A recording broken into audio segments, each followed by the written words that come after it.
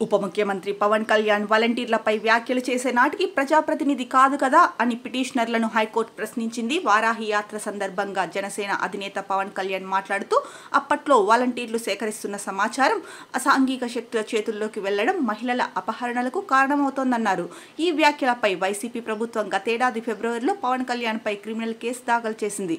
ఈ విషయంలో అఫిడవిట్లు ఇచ్చిన 5 వాలంటీర్లు తాజాగా అఫిడవిట్లు దాఖలు చేస్తూ వైసీపీ నేతలు తమ నుంచి సంతకాలు తీసుకుని కోర్టులో పిటిషన్ వేశారన్నారు.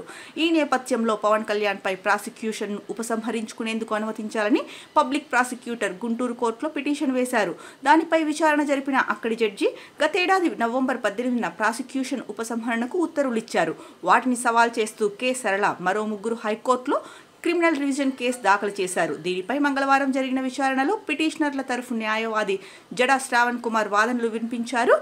ప్రస్తుతం పవన్ కళ్యాణ్ ప్రజాప్రతినిధి కాబట్టి ఈ అంశాన్ని ప్రజాప్రతినిధులపై కేసులను విచారించే ప్రత్యేక కోర్టుకు బదిలీ చేయాలన్నారు.